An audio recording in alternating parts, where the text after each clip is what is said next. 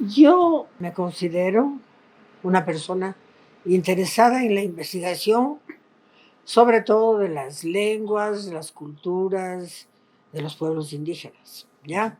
Bien. Ese ha sido el tema principal de mi vida. Pero yo me gradué en Moscú, en la Facultad de Filología. Entonces yo soy máster en filología. ¿Sí? Ya. Bueno. ¿Y cómo es que me ligo yo con la Facultad de Arquitectura de Quito? Siempre las cosas tienen su casualidad, ¿no? Yo fui una vez a una piscina en el Hotel Quito y me encuentro así, manos a boca, con el Juan Espinosa, con el arquitecto Juan Espinosa, que había sido mi amigo de hace mucho tiempo. Bueno, entonces él me pregunta, ¿y cuándo llegaste de Moscú? Le dije, sí, hace poco. Dice, bien. Yo sé que ahora se está enseñando en las facultades de arquitectura, sobre todo en Italia, se está enseñando semiótica de la cultura. Entonces, tal vez tú quisieras dar semiótica en la facultad de arquitectura. Yo dije, sí, claro. Sí, le dije, claro, pero ¿y cuánto que puedes comenzar? Entonces yo pensé que podía comenzar después de unos 3 meses, un año, 6 meses. Dije, no, es que necesitamos justo llenar una cátedra. Así es que el lunes tienes que presentarte a dar la primera clase. Y esto era día jueves. Ya. Entonces, yo había estudiado semiótica como una de las materias, pero no estaba preparado como para dar la materia, porque una cosa es estudiar una materia en la facultad y es otra cosa enseñar. Bien sabes tú que es otra cosa. Ya. Entonces, me presento el lunes. ¿Qué más me queda? Y el Juan Espinosa me lleva del brazo para enseñarme la clase donde yo debía dar la clase de semiótica.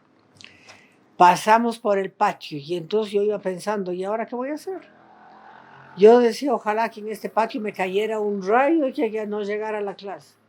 Bueno, entonces llegué a la clase, que era pasando el patio, antes no había en este edificio, no había, ¿no? Entonces llegué a la clase y veo como unos 30 alumnos, casi todos muchachos, había unas pocas chicas, que me miraban con una expectativa, con una ilusión. Entonces digo, no, pues yo no puedo aquí traicionar a estos niños, digo. Salgo diciendo, yo esta materia no sé, no sé. Y entonces se quedan claros, estupefactos, que una profesora llegue a decir que no sabe la materia. Pero yo reaccioné rápido y dije, pero miren, lo que podemos hacer es, vamos a ir estudiando juntos. Yo les voy a dar una lista de libros, vamos a comenzar con Socia, con signo, símbolo y tal, y vamos a estudiar juntos. Y empezamos a estudiar juntos, y hasta cuando ya tuvieron una base suficiente, estudiamos, por ejemplo, la teoría de Umberto Eco y estudiamos la arquitectura como lenguaje de Umberto Eco. Y eran estos que íbamos estudiando de a poco, así uno a uno, todos los semiólogos, resulta que resultaron fantásticos y fueron mis primeros alumnos y los más amados, que entre esos eran el Jaime Andrade, eran el Mauricio Moreno, el Leonardo Macliff, era el Diego Arteta, la María Mercedes Benítez, que ahora es profesor. ¿Sí? Bueno. Y entonces fueron mis alumnos más queridos y con los que yo hasta ahora tengo una gran amistad y guardo una gran amistad. Bueno, y aprendimos mucho, aprendieron ellos y aprendí yo también. Sobre todo aprendimos teoría semiótica de la arquitectura, como la arquitectura como un lenguaje, que eso siempre me ha acompañado a mí y siempre he escrito sobre eso. Bueno, con el tiempo, en la facultad se vio que no habían suficientes profesores de historia. Pero como yo soy filóloga, y en filología se estudia muchísimo historia, se estudia historia de la lengua, historia de la literatura, historia de la cultura. Entonces me preguntó el clima Comastida si podía ser yo profesora de historia de la arquitectura. Le dije, bien. sí, pero solamente el primer año, porque yo después ya no podría, porque esta no es mi especialidad. Digo, sí, tú enseñas los primeros pasos, puedes enseñar arquitectura de las civilizaciones antiguas. ¿Qué te parece si enseñas arquitectura de las civilizaciones antiguas? Le dije, sí, muy bien, porque eso sí, yo conozco muy bien. Ya, además de eso, conozco, personalmente he estado en muchas de estas construcciones. Y comencé a enseñar historia de la arquitectura. Que los primeros pasos que el hombre da en arquitectura, digamos, no es propiamente arquitectura, sino son formas religiosas. Porque no es que hay un espacio que debe haber en arquitectura, sino más bien son como monumentos, símbolos, formas que reflejan la visión del mundo o la visión religiosa. ¿Sí? Entonces, bueno, ya comencé yo a enseñar primero. Comenzamos con Sumeria, ¿sí? Con Sumeria, de las ciudades de Sumeria, la arquitectura de Sumeria, luego pasamos a las otras civilizaciones que se derivaron de Sumeria, ¿no? Y después vimos Egipto, las grandes pirámides, los templos, en fin. Luego vimos Persia, Persépolis, ¿sí? Persépolis.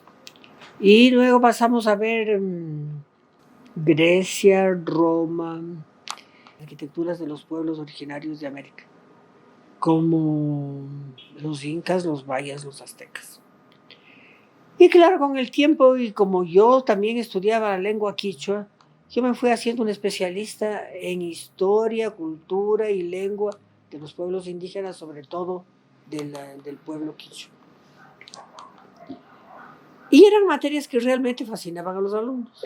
Fascinaban a los alumnos. Primero se encantaron con semiótica, porque veíamos películas, con ellos vimos algunas obras arquitectónicas importantes, pero sobre todo vimos Humberto Eco y, su teoría, ¿no? Aplicada al estudio de lo que eran las funciones, las formas. O sea, Humberto Eco se ha considerado siempre un genio, ¿no? Bueno.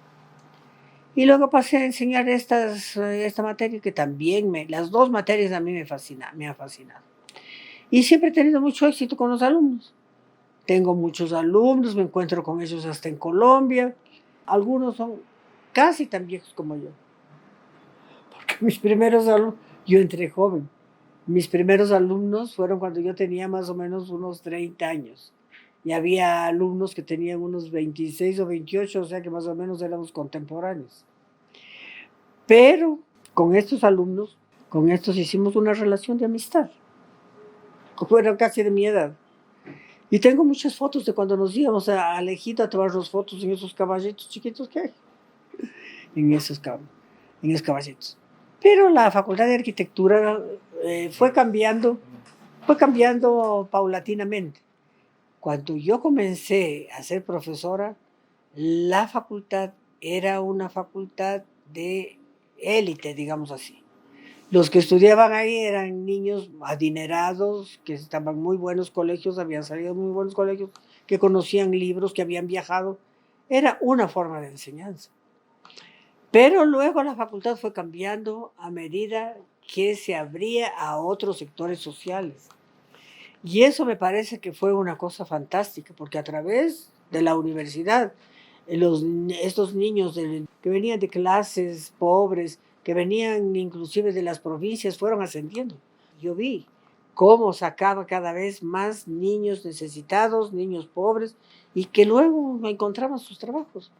Entonces eso a mí me parecía realmente maravilloso.